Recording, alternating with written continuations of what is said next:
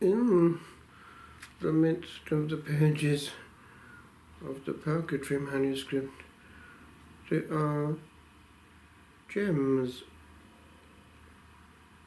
which teach us about many aspects of life. One is that of friendship. It distinguishes between the levels and natures of friendship. It is worth quoting here something that comes from the beyond, from the soul in purgatory, who, being purified bit by bit, knows more and more what is the essence of things, and tries to warn us lest we go into problems ourselves and have purgatory ahead of us. On earth, we organize ourselves according to our liking, but in the other world, God organizes us according to His.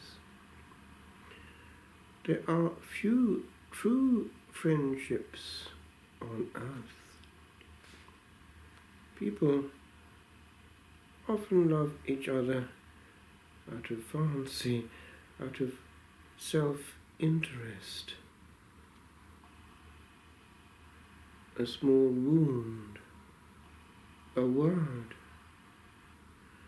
a lack of consideration sometimes disunites friends who seemed inseparable. The reason is that God wasn't in full enough possession of their hearts, because it's only the hearts in which the love of Jesus abounds to overflowing that can give of their overflow to their friends.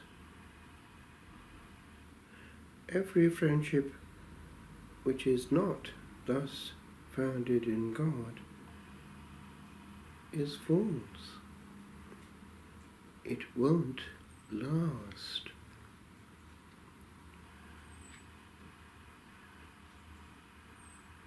We notice here several things.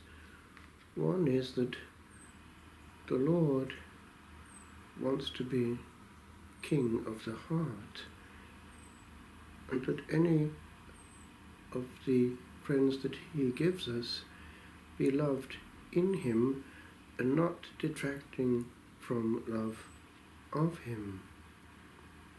Overflowing, superabundance.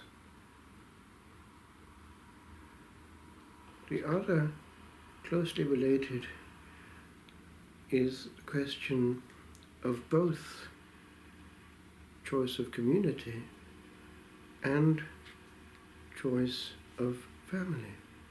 That is to say, a life partner from which will come eventually a family through collaboration with God and with each other.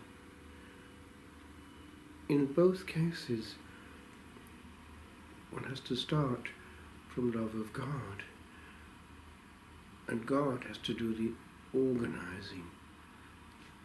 So, retreat work in the domain of vocation has to be orientation towards listening to the heart of Christ.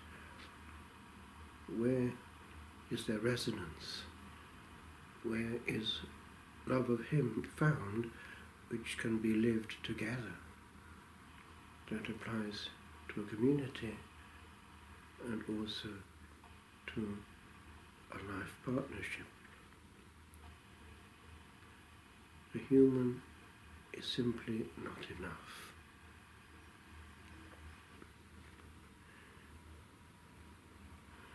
But when Jesus possesses a heart, that heart is then able to love and do good to its friends,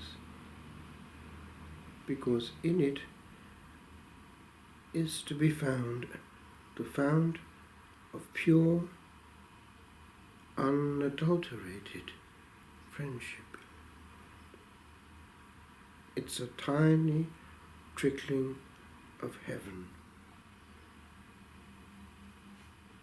All the rest is nature, nothing else. Always have your sight raised higher than the earth. Never be after anyone's esteem or friendship. Jesus alone is yours, and He wants you likewise to be His forever. And this also has a corollary. If we are much perturbed by the words of other humans, we are not entirely anchored in the purity of our intention to please Jesus alone. He has not yet become sufficient for us. When He is, a new freedom comes in. We are not easily perturbed by the words and opinions